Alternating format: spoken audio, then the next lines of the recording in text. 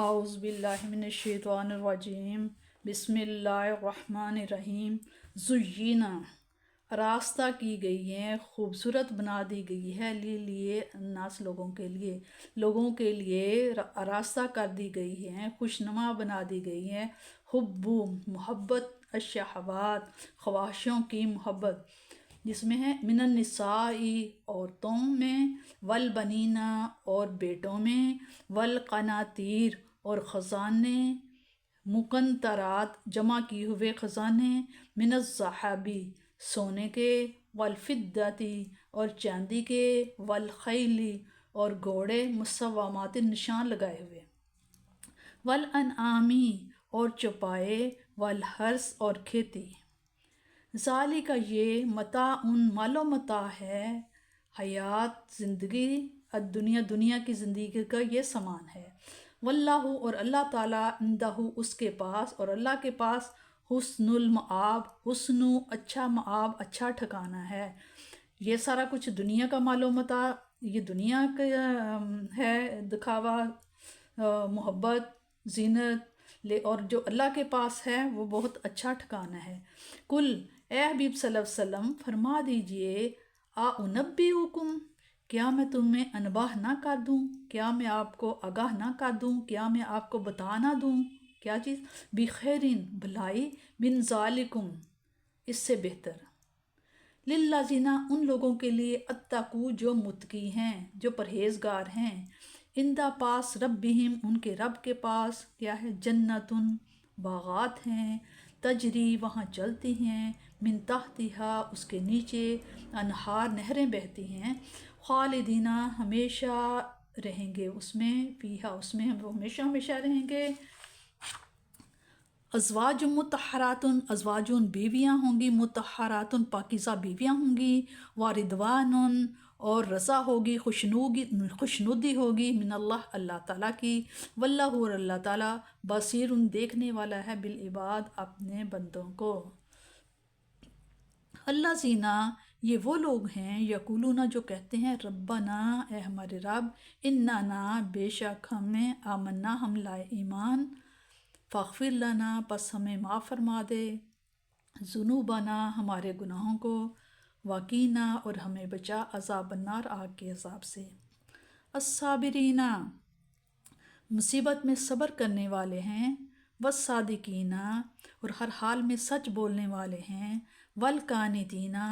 اور عبادت میں عاجزی کرنے والے ہیں، والمنفقین اور اللہ کی راہ میں خرچ کرنے والے ہیں،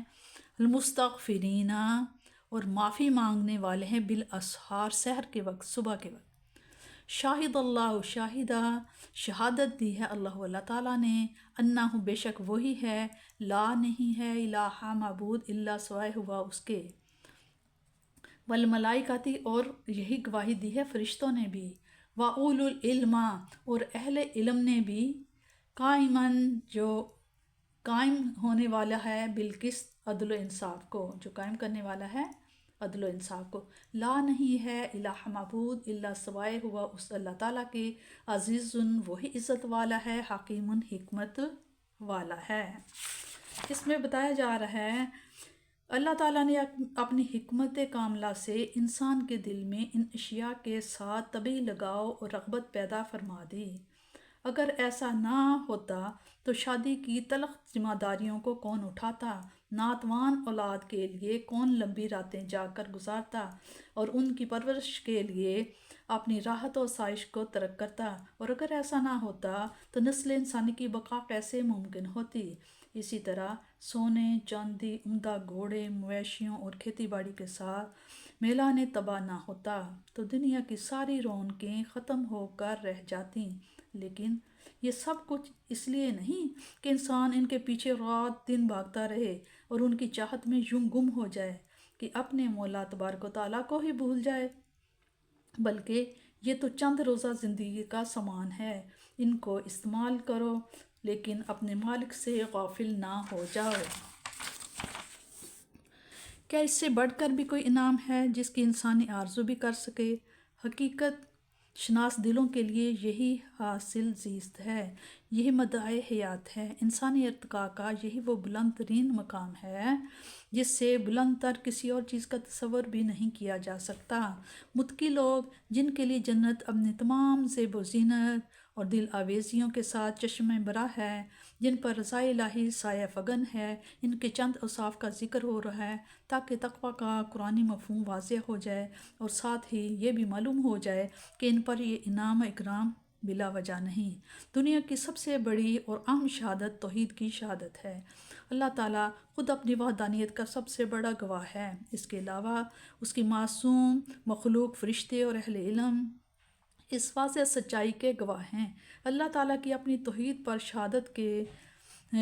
متعلق علامہ بزوئی رحمۃ اللہ فرماتے ہیں، اللہ تعالیٰ نے کائنات کی کتاب کے ہر صفحہ پر اپنی توحید کے ایسے روشن اور اٹل دلائل ثبت فرما دیے ہیں جن سے کوئی صاحب عقل سلیم انکار نہیں کر سکتا، اور اس کے علاوہ اس نے اپنی کتابوں میں توحید کے مسائل کو یوں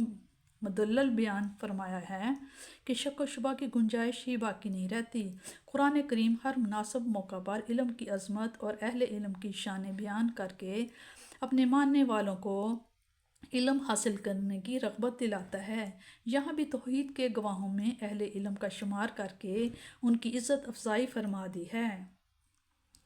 قائم بالقسط کی ایک ترکیب یہ ہے کہ یہ حال ہے اور لفظ اللہ ذو الحال، اور دوسری ترکیب یہ ہے کہ لا الہ الا اللہ ہوا میں وہ ہوا ضمیر اس کا ذو الحال ہے اور یہ حال معنی اس کی صفت ہے۔ اس صورت میں مشہود با میں داخل ہوگا، یعنی ان سب گواہوں نے اس کی وحدانیت کی بھی گواہی دی اور اس کے ساتھ اس کے عدل و انصاف کی بھی شہادت دی۔ دوسری ترکیب کے مطابق کیا گیا ہے، اللہ تعالیٰ کا عدل و انصاف کسی ایک چیز کے ساتھ مخصوص نہیں بلکہ کائنات کی تخلیق کے فطرت کے قواعد کلیہ، عقائد اور شرکت کے قوانین، غرض کہ ہر وہ چیز جس کو اس سے نسبت ہے وہ اس کے عدل و انصاف کی جیتی جاگتی تصویر ہے۔ سب سے پہلے عورت کا ذکر کیا ہے کیونکہ یہ ہر بالغ انسان کی سب سے بڑی ضرورت بھی ہے اور سب سے زیادہ مرغوب بھی۔ خود نبی کریم صلی اللہ علیہ وسلم کا فرمان ہے، عورت اور خوشبو مجھے محبوب ہیں۔ اسی طرح نبی کریم صلی اللہ علیہ وسلم نے نیک عورت کو دنیا کی سب سے بہتر متاع قرار دیا ہے، اس لیے اس کی محبت شریعت کے دائرے سے تجاوز نہ کرے تو یہ بہترین رفیق زندگی بھی ہے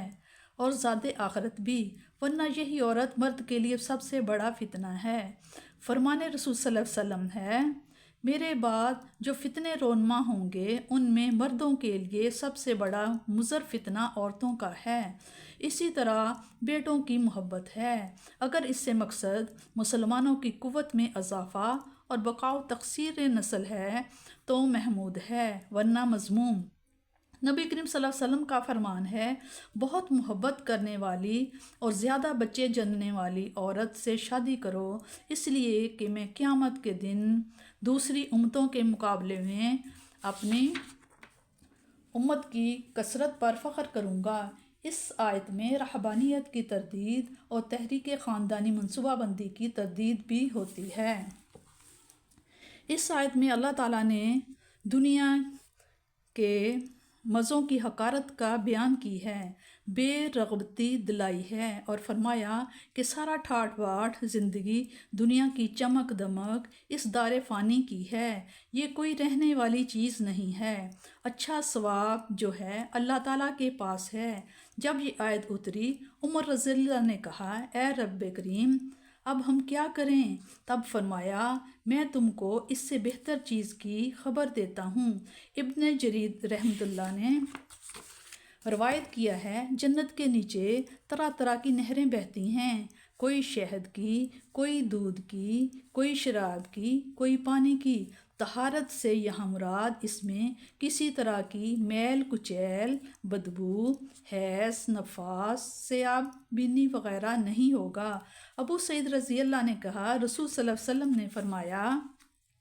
کہ اللہ تعالیٰ جنتیوں سے کہے گا، جنت والو، وہ کہیں گے، اے رب کریم ہم حاضر ہیں،